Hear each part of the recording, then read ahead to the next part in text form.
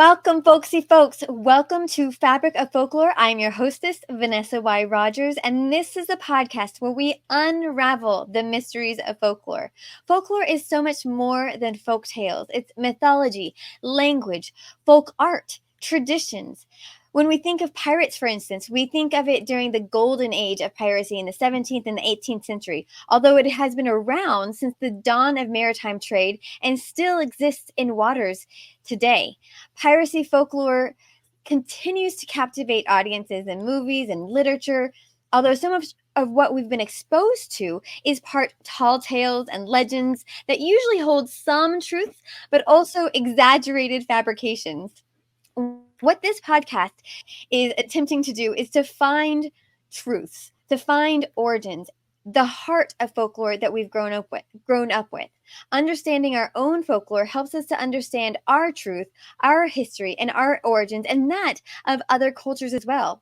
When we dive deep into folklore, we're participating in shaping our own identities and building bridges to people within our own culture and that of other cultures. So that sounds like a podcast that you want to continue to follow. Make sure you hit that subscribe button, whether you're watching on YouTube or you're listening on your favorite podcasting platform, so you get notifications every week when our podcast drops. And if you're a long-time listener, please consider giving us reviews, because that is so helpful for indie podcasts like ourselves to be found by new listeners. We have a fun, fantastic show for you today, all about Welsh fairy tales. Our author, Claire Fayers, asks the questions: why does the Welsh flag have a dragon on it? How did the town of Beddgelert, I probably butchered that, get its name? And should you ever trust a magical Tylwyth Teg? Claire Fayers was born and brought up in South Wales. She studied English at Canterbury Christ Church University, where she built a successful writing career, including the children's book, The Accidental Pirate's Voyage to Magical North, which has won several children's awards in 2017 and 2016.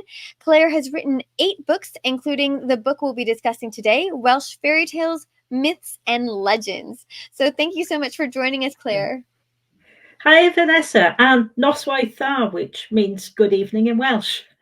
Oh, yes, Hi. because we're in completely different time zones. It's the mid-afternoon for us, and it's evening for you. It's 8 o'clock here, yes. Well, how did you get started as an author, and were you always interested in Welsh fairy tales? I've always been interested in fairy tales. I think for growing up, actually, if it's not growing up in South Wales, we didn't do anything about Welsh stories. So I came to them quite late, and part of my English degree was myths and legends and the oral tradition of storytelling. But again, we did a lot of European folklore with that. Didn't do any Celtic, didn't do anything Welsh at that point. And so it wasn't until quite a while after I'd written my first couple of books, and then people kept saying, "Oh, you're a Welsh author. So how does living in Wales inspire your writing?" And I suddenly thought, it really should. I need to look up more of this. And then once I started discovering the stories, there were just so many fascinating Welsh stories around, and utterly bizarre ones as well. And I just completely fell in love with them. So you didn't grow up hearing Welsh fairy tales then? Not at all. In fact, the town I grew up in the south of Wales was very anglicised at the time. We thought that Welsh was spoken by a few funny people up north, and the only couple of books I ever read that had a Welsh setting were some Enid Blyton ones, where the famous 5 went to Wales, and it wasn't actual Wales. It was some sort of made up Wales where people spoke a bit funny and there was a mountain. I'm not sure. Yeah, I think Enid Blyton had probably been to Wales at some point, but yeah. It didn't feel like it. So did you not grow up speaking Welsh? No, not at all. No, I grew up in the 70s, and there was still quite a lot of antagonism towards the Welsh language. There had been efforts to actually stamp out the Welsh language for quite a while, and then people had started to fight back. And I think a lot of people felt that money was being wasted on a language that really hardly anybody spoke. But it's surprising that in the past 10, 15 years, there's been a real resurgence in popularity. Because I learned Welsh as an adult, and a lot of people are doing that now. And schools will teach if the kids can only say hello, goodbye, and count up to 10, they at least they learn a little bit in the primary schools, so that they can at least do a smattering. Yes, and where is Welsh actually spoken natively? Is there anyone in Wales that speak it as their first language? There are a few places where people do, mainly further up north in Wales and out towards the west coast a little bit. I think that as you get a bit further away from the English border, you get some people do. A lot of people now kids will grow up bilingual, because there are quite a lot of Welsh schools now. And so that's nice. The parents, so you might have the parents speak English, but because the Welsh school has got a good reputation, they want the children to go. The children will learn Welsh in school then, and then grow up with the two languages, which I think it's a great advantage for them. They've just been able to express yourself in two ways. It really does seem to help. And is the language itself, is it related at all to Gaelic? Because that's what's spoken in Ireland. Was it spoken in Scotland as well?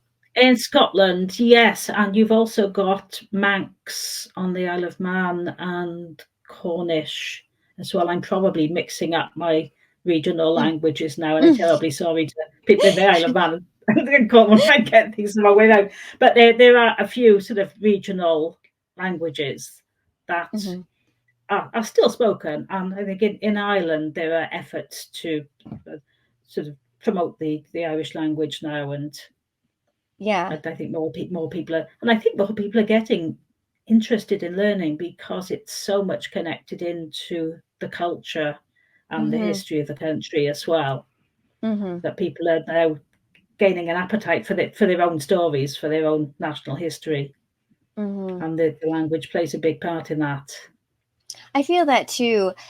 I am in Texas, and Texas is, especially where I'm in South Texas, there's a lot of Spanish spoken, and I know that a generation just behind me, they were discouraged from speaking Spanish, and so there were a lot of people in like public education settings that were like Spanish was beaten out of them. Like they weren't allowed to speak in school. And now today you see bilingual programs popping up everywhere. So there's been I feel like a general change of attitude towards speaking speaking languages, and rather than just having a mono language that everybody in the world speaks, that there's value in learning.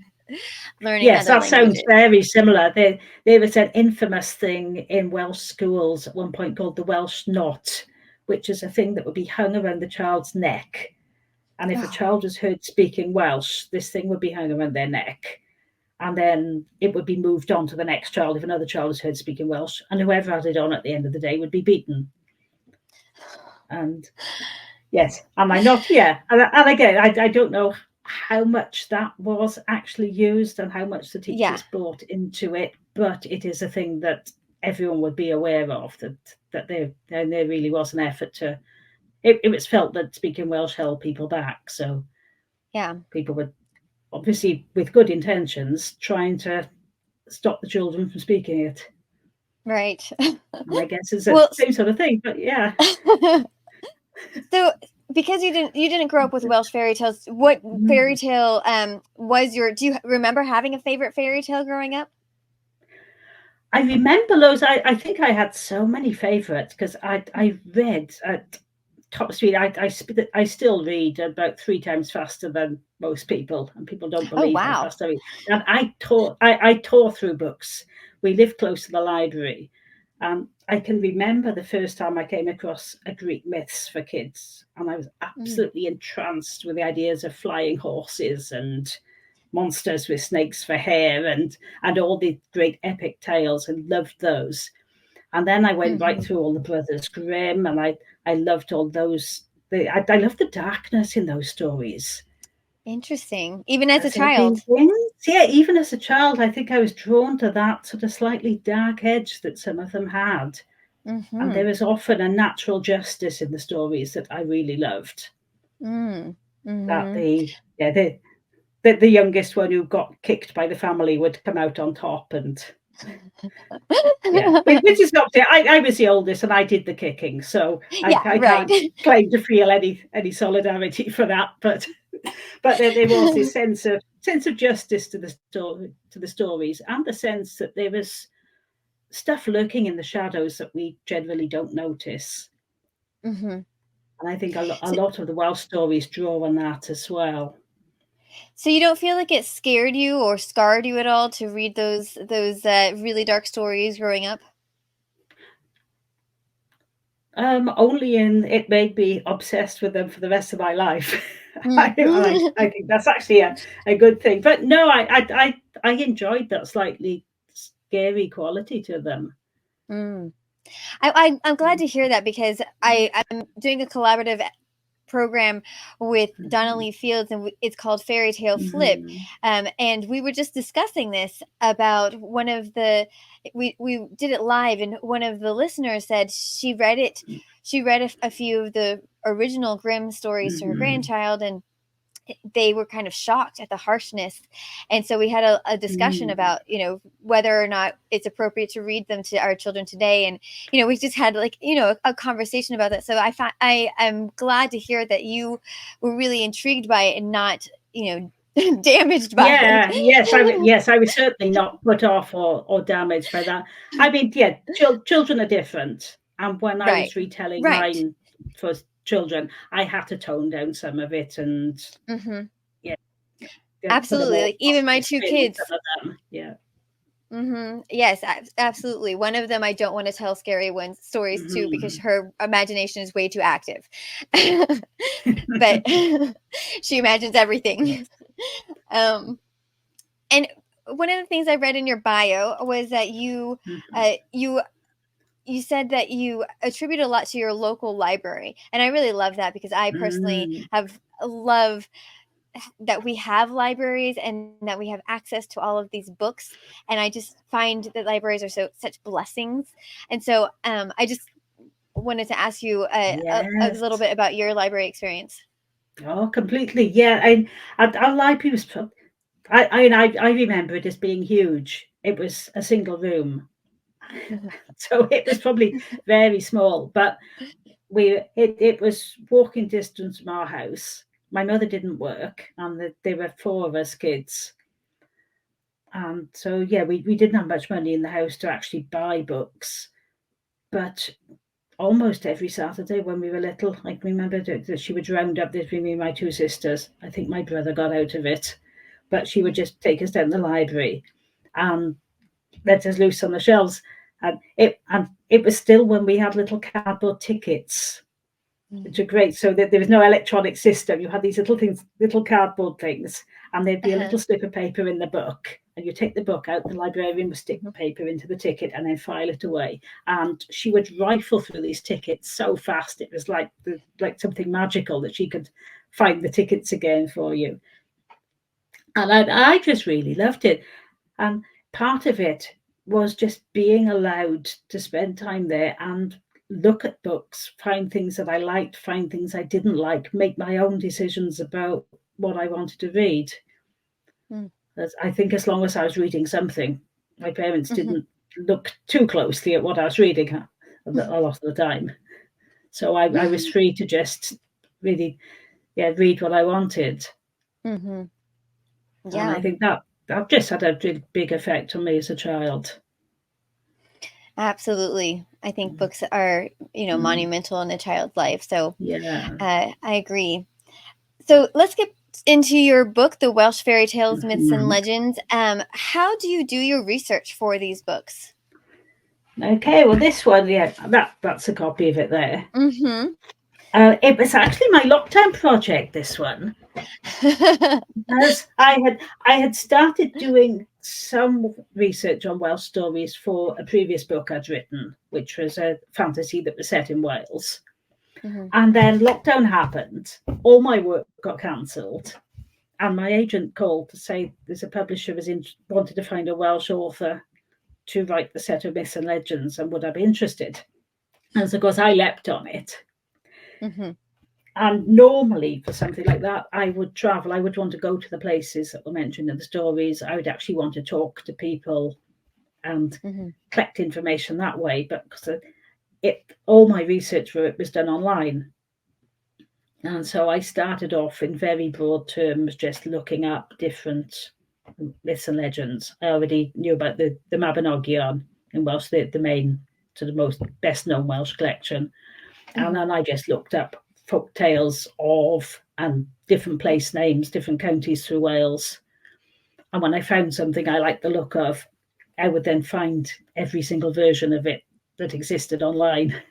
Um, yeah, and there's one very interesting one in here. It's called "The Leaves That Hung But Never Grew," and Mm-hmm. I found that because my husband went on a conference in Mid Wales at some point a long time ago, and the first page of it was hung up as a print in the room. And he knows that I collect stories. He took a photo of it and sent it to me and said, "Oh, do you know this story?" I said, "Never heard of that one." Mm-hmm. And I was working in the Cardiff University Library at the time. I eventually managed to track the thing down through the library's interlibrary loan service Mm-hmm. and got hold of this copy of a book which was 100 odd years old and pages Wow. falling out of it. And yes, actually managed to see the original story, but it took me a good 6 months to find it. Oh, wow. And A- And it and made the cut. It must have been a yeah, and really good that one story. made the cut. Yeah, I'd already got that one when I started writing the book, and so I thought, well, I've got to put that one in because it was so interesting, and actually hunting it down and finding the original, and then trying because the original is an odd little thing, and it's very half finished. That a girl is sent on this quest to find the leaves that hung but never grew. And then along the road, she meets a dwarf and she says, "Oh, I'm going to find the leaves that hung but never grew." And the dwarf tells her to go away. And so she does. And then you never see the dwarf again. And Mm-hmm. so I'm then trying to turn it into a story that has a proper causality and train of events in it, So that one which in meant a particular, little. that one was a retelling. So Mm, you changed it a little bit. yes, Mm-hmm. yes, I did have my little dwarf man come back at the end and actually have some point in the story because Yeah. why did she meet him? He didn't do anything. Yeah.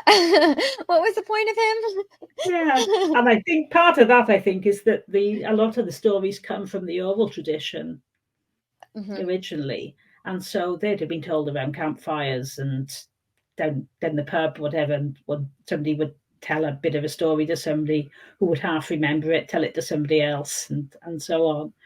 And Mm-hmm. so I think when they were written down, then they were written as they were told. Mm-hmm. Now, in Wales, is there an equivalent to the Grimm's brothers? The Grimm's brothers who went around to different towns and collected oral oral folk tales and put them in a compilation and, presented the world a book of fairy tales. Is there an equivalent in Wales of that? Not quite so much, but there were several Victorian gentlemen who, when the late Victorian times, people got very interested in local culture and traditional stories and the whole Gothic movement. And there were several people who travelled around in Wales, talked to people, collected the stories, possibly didn't write them down entirely accurately because they were trying to make them sound a bit better sometimes. So you take some of them with a pinch of salt as to when they say Uh-huh. this thing definitely happened, you think, yeah, it probably didn't. But a lot of those are they're not collections in the same way as the Brothers Grimm. There's a collection of British goblins by a chap called Vert Sykes, who is often quoted. and they tend to be more sort of chapters on the different types of folklore, with more Hmm. talk about the sort of people that they met and things, with some of the stories thrown in. So they're not collections of polished stories like the grim ones, but they Mm-hmm. are very interesting to look at, especially if you're looking up where some of these stories come from. Mm-hmm.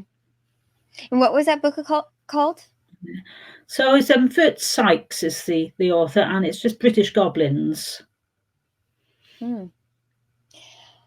And so a lot of these stories that you tell in your books, are they only in Wales, or some of the stories shared within the different countries that are close to you? Yeah, you do get some overlap. You tend to get motifs that pop up in different places rather than the actual stories. Mm-hmm. So the notion of the Welsh otherworld, the Welsh realm of Annwn, which is sometimes it's the realm of the dead, sometimes it's the realm of magic. You've got Mm. a similar thing in Irish folklore with the magic realm that's sort of just out of sight. Um, Beddgelert you mentioned at the beginning, and the basic pattern of that story is the sort of faithful animal that ends up getting killed because of a horrible mistake. And that one crops up in quite a few storytelling traditions. Oh, why don't you tell it to us? Yeah, okay. So Gellert is the faithful dog of Llywelyn Fawr, who was one of the last Prince of Wales and the most famous. And the story goes that Llywelyn had a baby son who he loved more than anything in the world, apart from his dog. And so he took this son on a hunting trip, and then promptly proceeded to leave the baby unattended while he went out hunting all day, apart from the dog looking after him. And when you look at the Hmm. details of the story, then you think, now hang on a minute. but but he basically leaving his faithful hound Gellert to look after the baby every day. Then he comes back from hunting one day, finds the cradle has been overturned, there's blood all over the place, and Gellert is standing there with blood dripping from his mouth. And so Llewellyn draws his sword, kills the dog, at which point he hears the baby crying and realizes there's a dead wolf in the room, which he's completely failed to notice until that moment. Yeah, and it's thought that the story was probably invented by an innkeeper who was trying to drum up the tourist trade at some point. That's funny.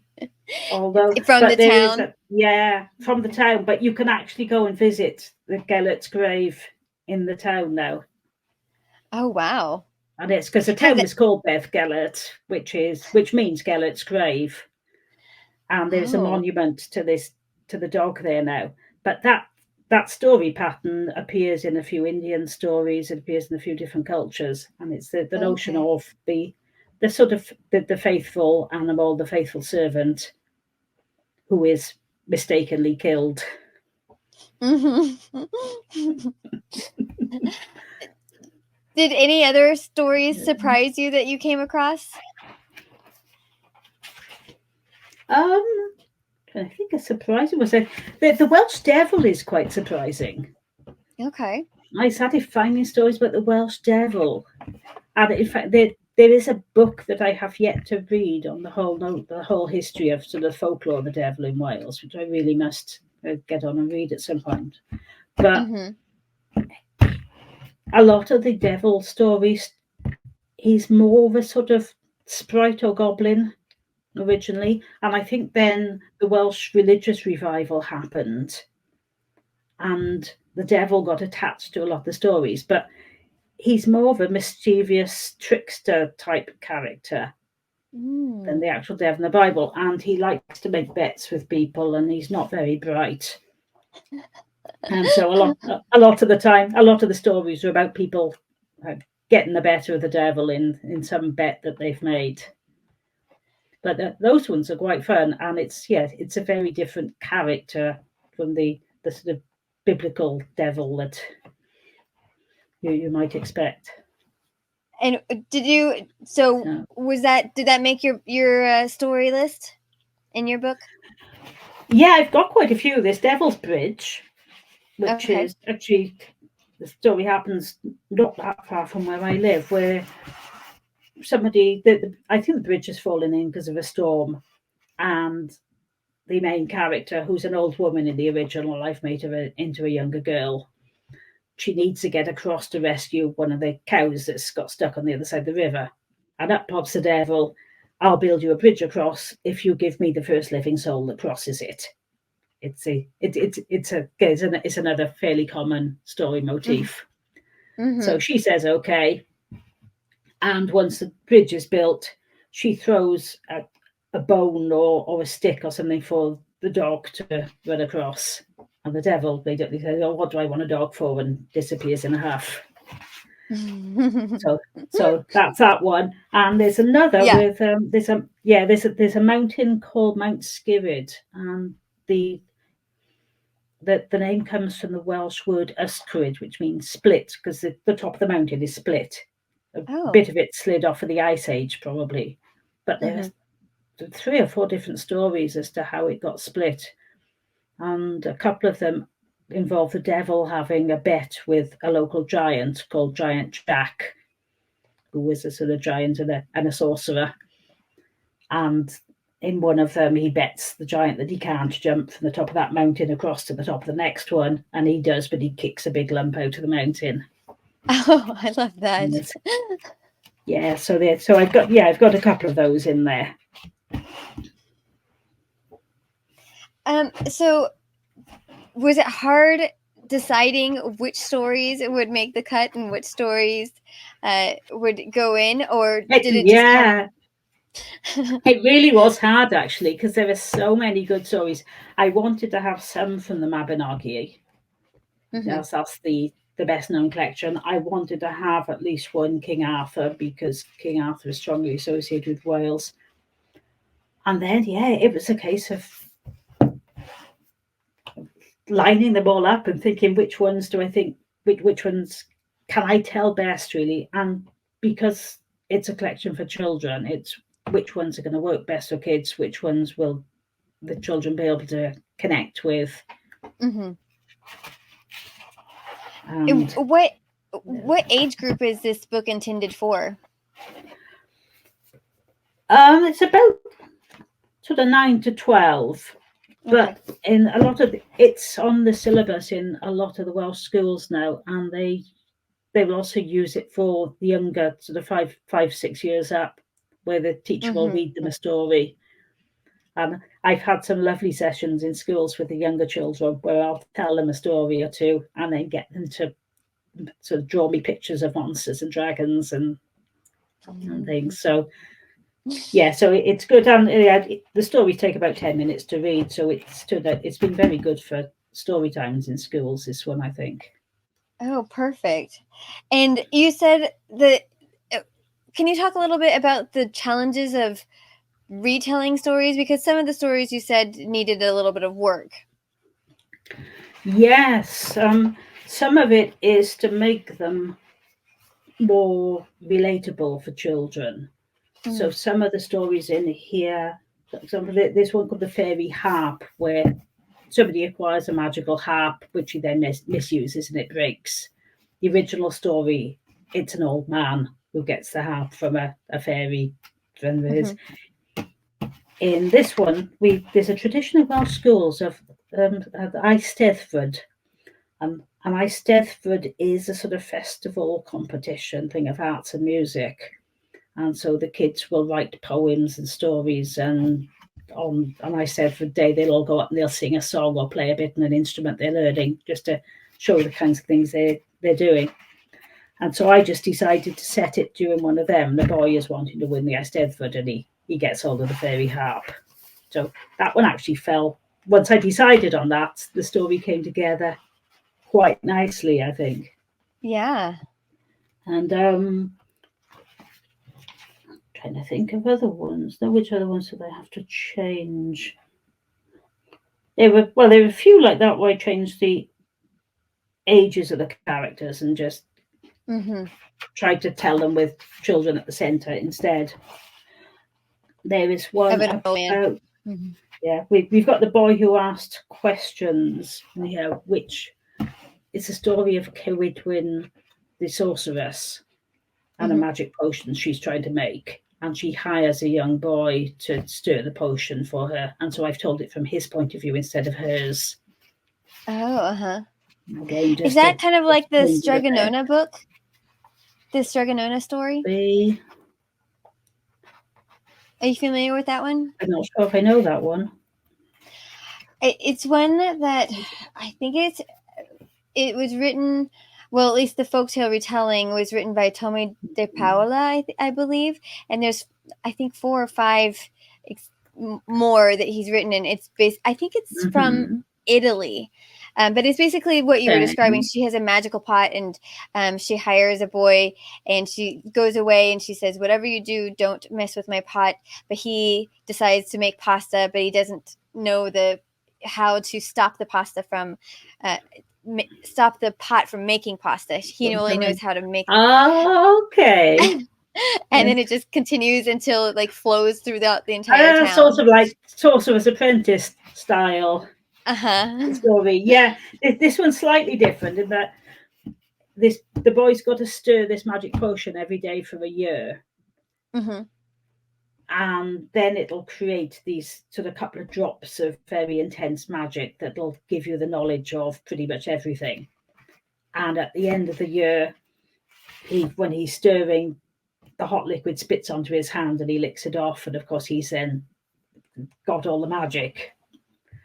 Oh, wow. And then you have this big shape-shifting duel happening then with the witch comes in and tries to catch him, and he turns into a hare, and so she turns into a greyhound, and then he turns into a salmon, and she turns into an otter, I think. And you have this other thing trying to escape through it. So. But the similar thing. It ends actually with he turns into a grain of corn, she turns into a hen and eats him. And then she gives birth to him. 9 months later, she gives birth to a baby. And it's him? And the baby is him. Or sort of him, but him sort of transformed into a sorcerer. Oh, wow. That's a really cool story. Yeah, that one is quite nice. So what would you say is your favorite story from this collection? Or do you have one? Oh gosh, I've got so many. I think that story of Cerridwen and the boy is probably that's the first one I wrote. That's my sort of sample rubbish, and I do like that one.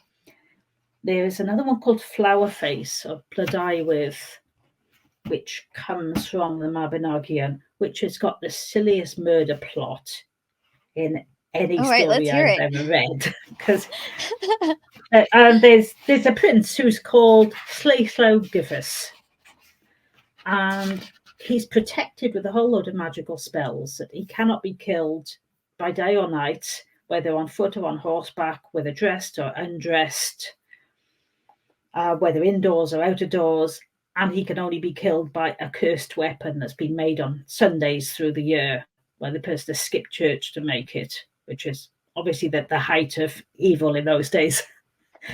Right. But there's a curse on him that he can't marry any mortal woman. And so he goes to his uncle, the sorcerer, and his uncle makes him a wife out of flowers, which is all very nice. And they go and live happily for about 5 minutes until she gets bored and falls in love with somebody else. Oh, no. And then they need to kill him. And to get around this magic protection he's got, she builds a little outdoor hot tub, effectively, with a roof over it. So when he's sitting in the water, he's neither indoors nor out of doors because he's got the shelter over him. Then she gives him a towel to wrap around himself, so he's neither dressed nor undressed. And then at sunset, he's stepping out of the bath, and she gets him to put his foot onto a goat. I'm not entirely sure how she persuaded him to do this, but he's standing there with one foot on the edge of the bath, the other foot in the goat, wrapped in a towel, and her lover leaps out with this cursed spear and throws it at him, at which point he turns into an eagle and flies away. which nobody expected. Yeah. Which is typical of the things I love about the Welsh stories, because you just have these weird twists that happen on things where you think, why on earth is he turned into an eagle? But then anyway, yeah, the uncle then finds the eagle and turns him back into the prince again. And he ends up killing the lover by throwing a spear at him, and he throws it through a standing stone that's there. So the man is sort of hiding on the other side, and he hurls the spear so hard that it goes straight through the stone. And you can still see the actual stone somewhere in Wales as well. That's still there. And then the flower woman gets turned into an owl. An owl? So, an owl, yes. So if you've ever read or heard of Alan Garner's The Owl Service, which is, that was probably my first experience of Welsh folklore, actually. I remember reading that and thinking, what on earth is this? It's a really weird book, but it's drawn from the actual story of Blodeuwydd,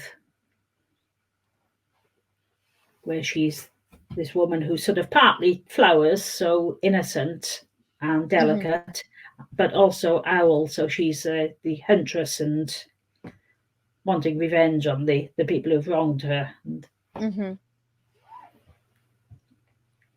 Yeah, but yeah, that one is well worth looking up, because if you want strange murder plots. Well, it seems like there's a connection with birds in that story. Like there's an eagle and there's an owl, and is there like some history with birds in Wales?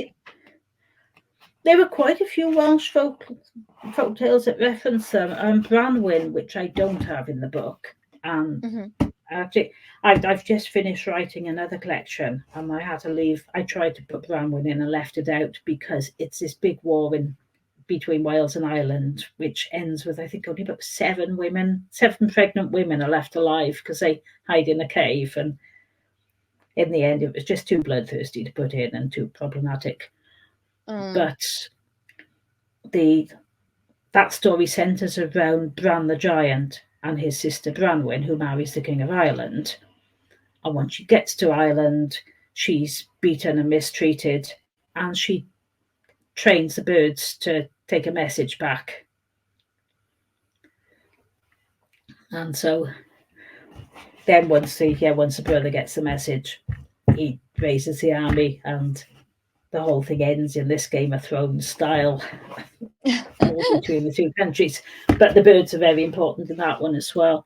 And there's one in which 3 sisters are captured by one of the kings of one of the gods of the sea, and they end up becoming seagulls.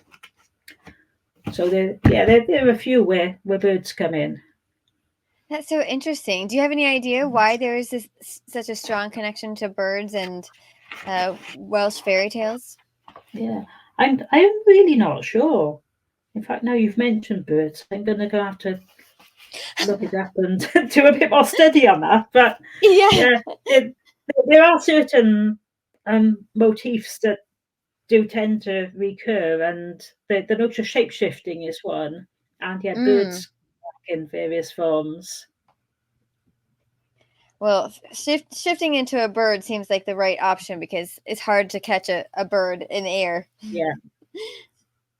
One of the stories that you mentioned as your favorite on your bio was My Brother the Fairy, which tells you exactly what to do if someone in your family is kidnapped and replaced by a fairy. I would like to hear this one because it sounds so similar to like a changeling story.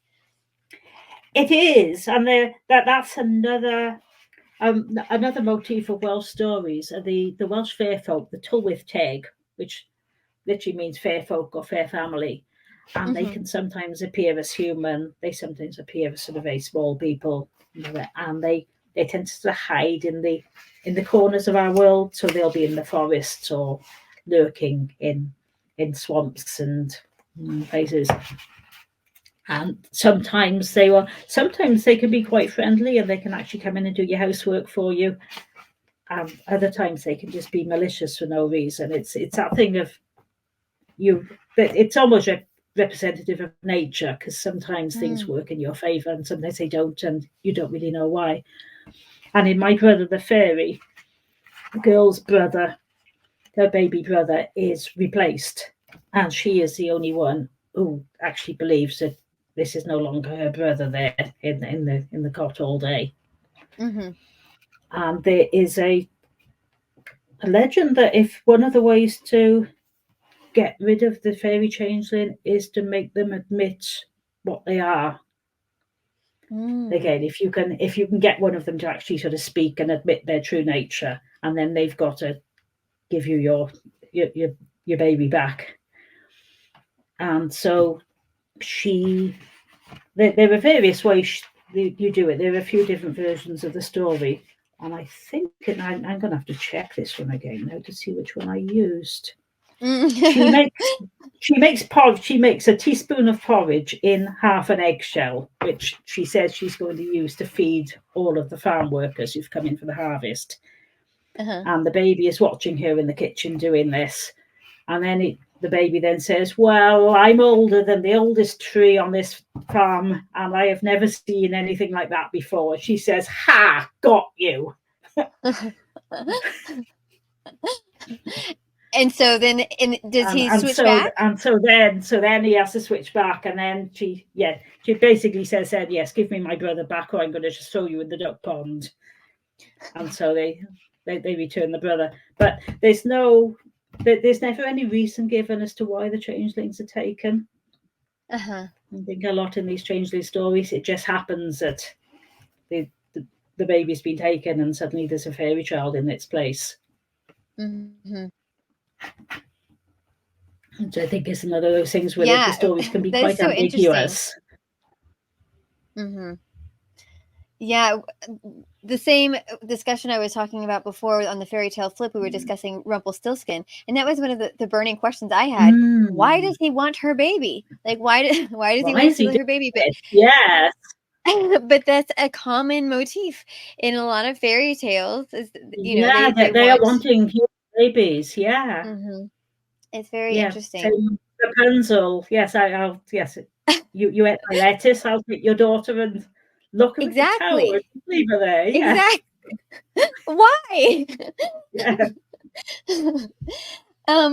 So why do you feel like it's important that we continue to tell these tales, our culture's fairy tales, or fairy tales in general? Oh, any fairy tales.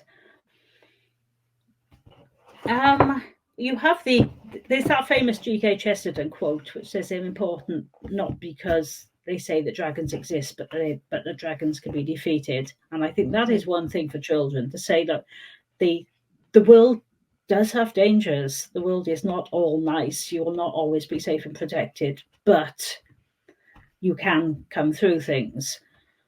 I think a lot of the fairy tales are full of those sorts of archetypes of going into danger and coming through it.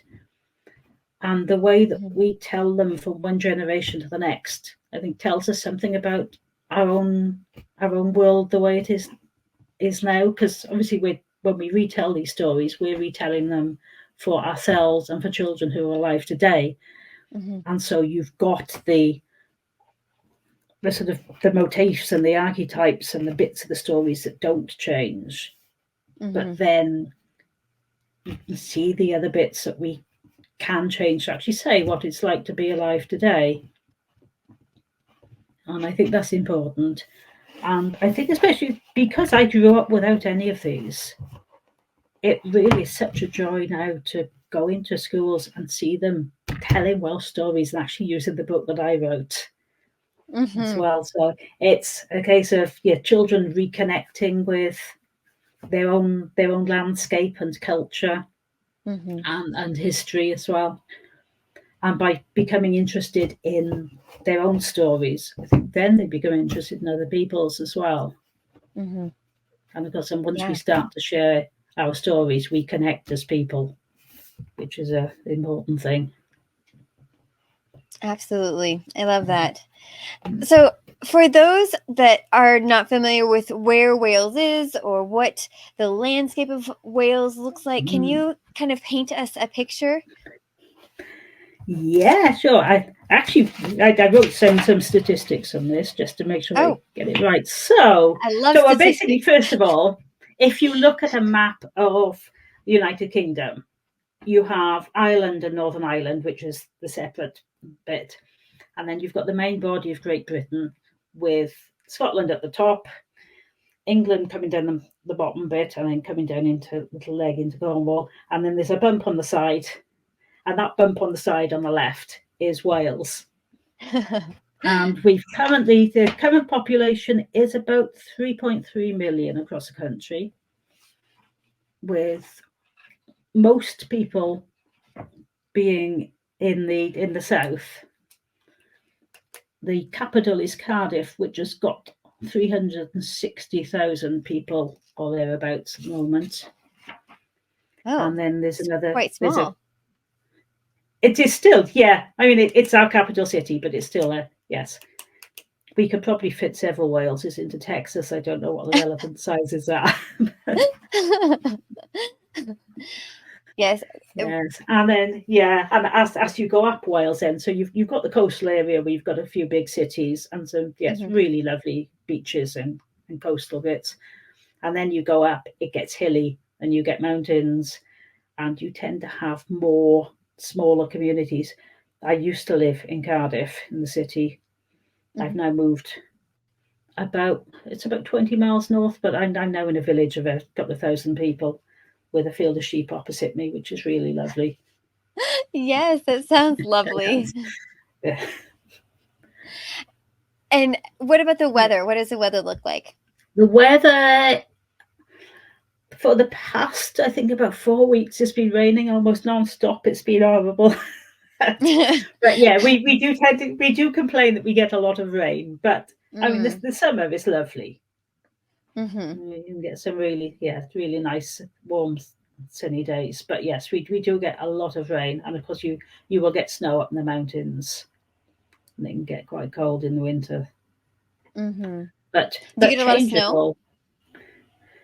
It's not so much where we are now, unfortunately, because I do like a good snowfall.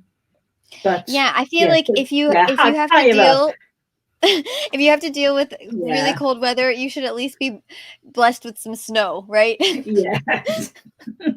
Yes, it's generally, yes, it has just been, yes, very cold and very wet for quite a while here now. And we're not far from the river here, so when we get too much rain, the river floods and then the road is blocked. You can't go anywhere.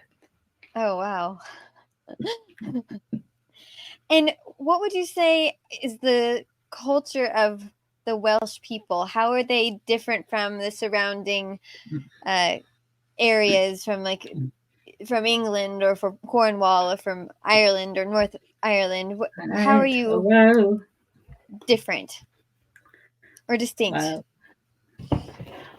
I'm just thinking where to start with that. I mean, obviously we've got our own language, and that makes a big difference. But there's always been this sort of, there's sort of friction between Wales and England, partly because basically Wales was conquered by England in the Middle Ages, and we've never forgotten the fact.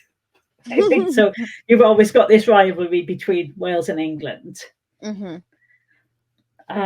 We've got, I've talked about the Eisteddfodau that the schools will have. There is a big cultural thing in Wales of poems and poetry, music, literature. We got a dragon on our flag, obviously, which is rather cool. Yes, I was telling there's another story about that as well. I would love to hear that. I was telling my son about that I was going to interview you, and I said, Wales has a dragon on their flag, and he was just so impressed. He was like, "So there really are dragons in Wales?" And I was like, "Well, there's stories of them." Yeah, so yes, I would love to hear stories. Yeah. So the dragon one is the story goes back to Roman times, where there was a king of Britain called Vortigern who was trying to build a castle. And every day they were building up the walls, and every night everything fell down again. And after a while, he called his wise men together and asked for advice. And they couldn't tell him the answer. But they said, if you can find a boy who doesn't have a human father, then he'll be able to tell you. So, yeah, Vortigern thought they were a bit ridiculous, but sent word out. And then a few weeks later, this boy turns up at his camp and says he's the boy that they want. And he tells them to go up the hill and dig. And when they dig through, they find there's a cave inside the hill. And while they're looking, a pair of dragons come out and start fighting. One of them's red, one of them's white. And then the red dragon wins. The white dragon flies off defeated. The red dragon goes back to sleep in the bottom of the cave. And they cover it over and they go and build their castle. And the boy turns out to be Merlin. So that's one of the early Arthurian connections. And that's probably the earliest story there is about why the red dragon then becomes the emblem of Wales. They say that the red dragon represents the Welsh, the white dragon represented the English. Oh. And then there's another story in the Mabinogion of how the dragons got there. Okay. Which was another pair of kings. One was the King of England and one was the King of France. And the King of England was having trouble because there were a pair of dragons who were fighting in Oxford, or Oxfordshire, so right in the middle of England, and causing a load of trouble. And so the King of France told him to get a load of mead, which is a fermented wine made from honey. And they basically fill this giant pit with mead, and the dragons drink it and get so drunk they just fall asleep and shrink down to the size of little piglets, because for reasons of story. Yes. And then while they're both sleeping off the effects of the mead, they cart them over to this cave in Wales and dump them in the cave and leave them there. Oh my goodness. And yeah, that is apparently how they ended up there in the first place. And then they would just wake up every night and have a fight. Yeah. That's I mean, if you're gonna get drunk, mead seems like the right way to go, right? Mead is a good one, yeah. So you mentioned Merlin before. So I was not familiar with that. I did not realize the King Arthur stories came from Wales. Is that yes. Is it disputed at all? Amongst other places, there are pretty much any part of Britain will lay claim to having King Arthur being there and some stories from King Arthur. So, but Wales is one of the places, and there's a old Roman town called Caerleon, which is not far from where I live, and that is supposed to be the origins of Camelot. But also, King Arthur came from Cornwall, and he also came from the east of England. So there were plenty. He's one of those mobile heroes that people will just point at a nearby rock and say, "Oh, that was King Arthur." Right. But, yeah, exactly. But there are several stories that there are secret caves hidden where King Arthur and all his knights are still sleeping, and there would be, if you believe the stories, there are at least 16 of them scattered across Wales, and a good few in England as well. And they're still sleeping. And apparently they're still sleeping, yes, waiting for something so they can wake up and fight again. How did they fall asleep? Nobody ever mentions that in the stories. They're just all there asleep. Okay. Magic. Yes, magic. Magic answers a lot of questions. You said a lot of the stories are based in true places, and you were mentioning that, when you were talking about King Arthur. Can you tell us about any others that are based in a true location? Yeah, they were probably at least half the ones in my book are, if not more than that. To be honest, there's a whole area of an area of coast that was supposed to be a separate land, which has flooded, Mm. And there are a Is few that of the those in Cardigan Wales. Bay? Yeah, that's Cardigan Bay, yes, where Mm-hmm. it was supposed to be like the rich pasture land, but there was a big seawall because it was so low lying, and then they forgot to shut the gates one day, and it all flooded. The story of the boy who asked questions and the witch Ceridwen happens near a lake up in North Wales. What other ones have we got? The Afanc. There's a creature. The Afanc in Welsh actually just means beaver, or possibly otter. Oh, yes, Welsh speakers, please tell me which one it is. I forgot. Something got in my head, but yeah, there's this supposed monster that there's one that lived in the River Conwy in North Wales, and another one in the River Taff down in Cardiff, which can be put to sleep if you sing. So you can sing them to sleep and then tie them up in iron chains, because iron always traditionally defeats any sort of fairy magic. Mm-hmm. And you can actually sort of point to, and the one in North Wales was taken out of the river and then put into another lake, and that lake also exists.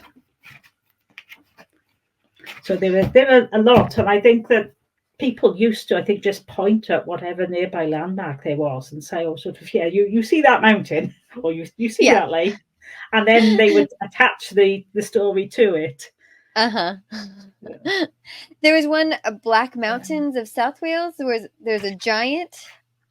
Yes, that's the Devil and Giant Jack one, which is only a couple of miles from where I live. Oh, cool. Yeah, that's the Mount Skirrid with the bit broken out of the top. And then you mentioned the most famous ones, and I don't remember how you pronounced it. It starts with an M. The Mabinogion or Mabinogi. And yes. Nobody Can you tell us about that agrees collection? Nobody quite agrees what the word actually means. Oh. But Mab is Welsh for sun, so they think it could be sort of the Tales of the Sons, but it was sort of just a made up word for the collection.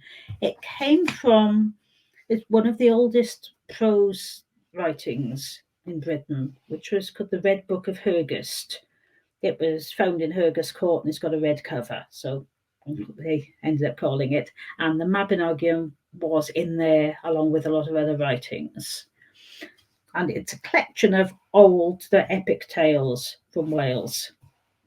And there are 4 distinct branches, as they're called, which follow, each one follows a different character through, and then a set of Arthurian tales that go with them. And there was a woman called Charlotte Guest, who was born, she's born in 1812, Charlotte Bertie, as an English woman. And her family seemed to be just expecting her to sort of look after the house and be a companion to elderly relatives and then try and marry her off to somebody rich. But then she fell in love with the Welsh Member of Parliament and moved across to Merthyr in South Wales.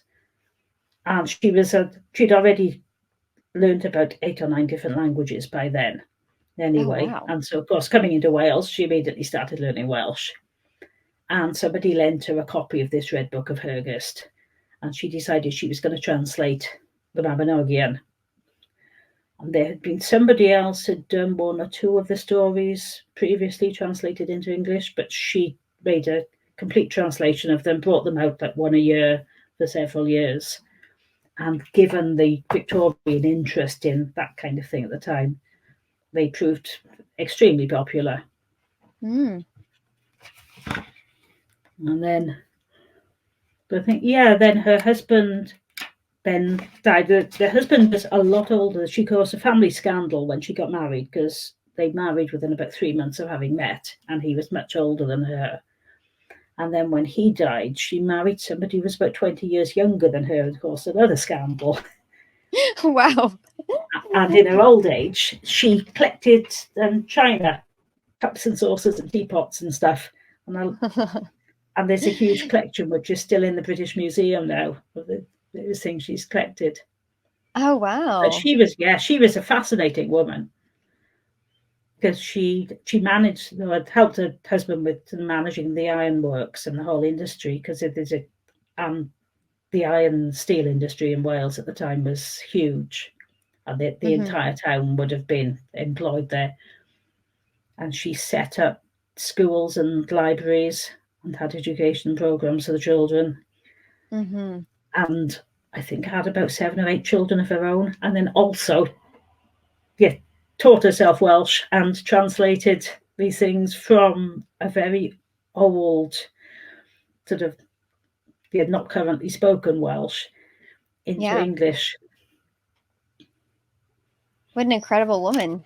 And so I mean, it's entirely possible that we would have ended up with translations if she hadn't done that. Somebody else might have done them, but I mean, she, without her, we certainly wouldn't have it in the current form.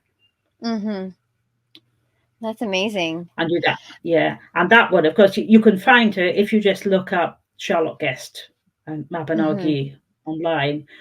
The entire translation is free online now, of course. You can just download it. So one of the things to look at.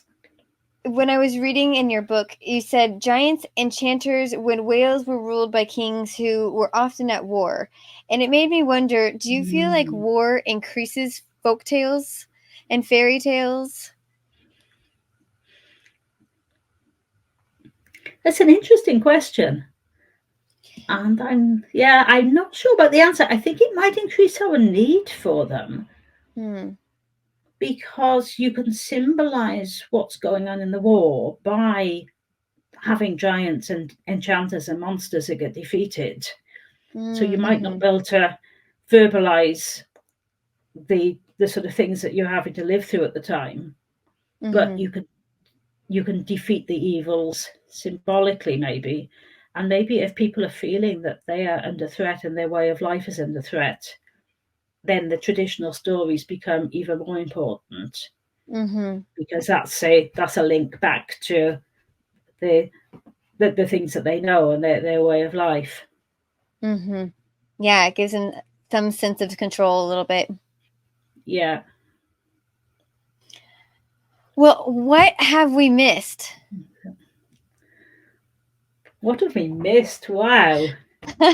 Probably loads. One of the things I actually loved when I was researching, and I've done more research since, because I've got another collection of actually giants, ghosts, and goblins coming out this summer, and I did manage to travel for that.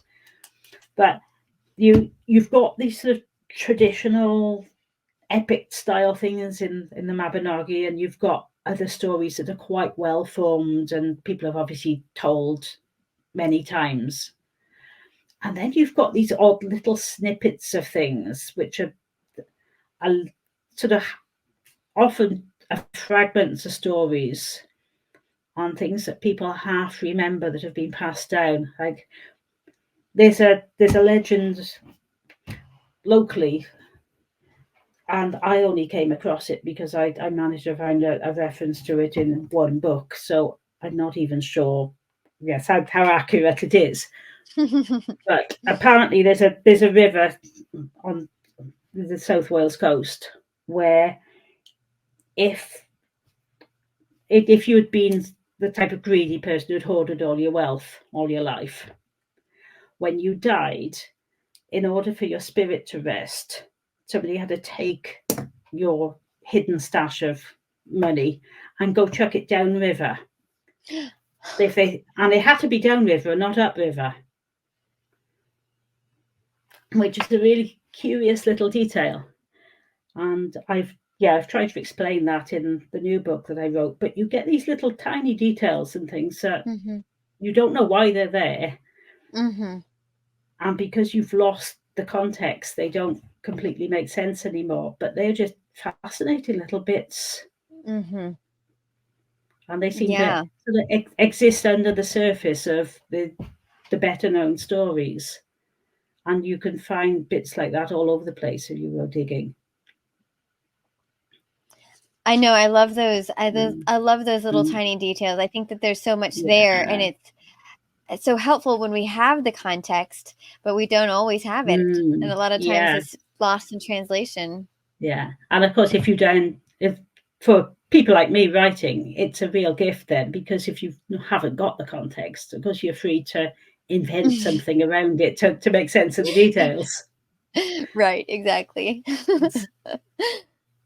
Well, what's next for you? I know that you said you're writing another book about ghosts and goblins.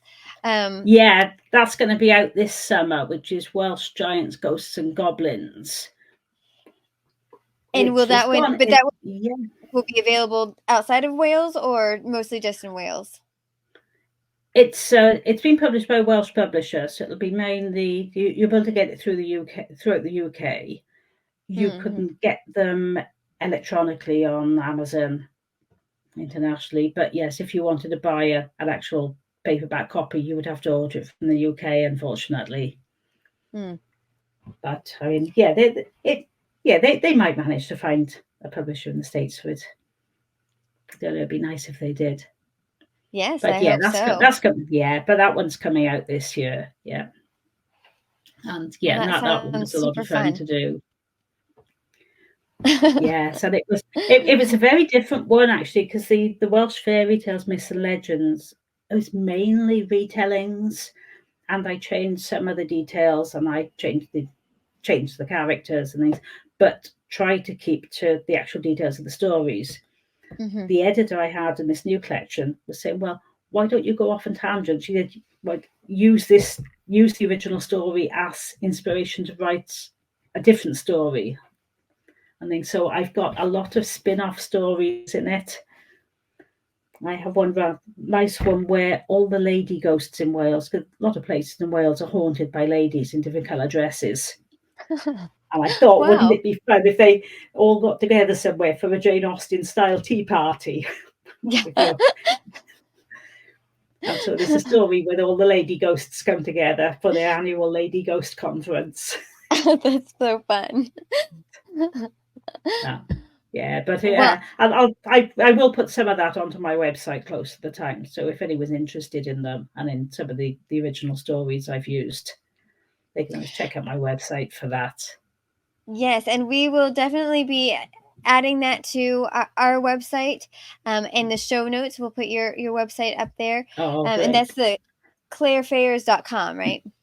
That's the one. Yeah. Mm-hmm. Well, thank you, Claire, so much for joining Great. us today. Oh This no, was so thank you. It's been great fun. fun. And thank you, folksy folks, for joining us on this fairy tale, myth, and legend journey. And we want to hear from you. We want to hear what your thoughts are. Like I was saying before, all of the links will be added onto www.fabricoffolklore.com, as well as the show notes. But we encourage our listeners to follow us on Facebook, and we have a Facebook group and a Facebook page, and we ask questions on the Facebook group to encourage the continuation of this conversation, because there's so much to discuss about these conversations. What do you have a favorite Welsh fairy tale? Do you have a favorite fairy tale that influenced your life growing up? We want to hear your thoughts after these shows. We're also on Instagram, some on Twitter, a little bit on LinkedIn, so you can find us in all of those places. Thank you so much for listening to Fabric of Folklore. Once again, I'm Vanessa Y. Rogers, and until next time, keep the folk alive.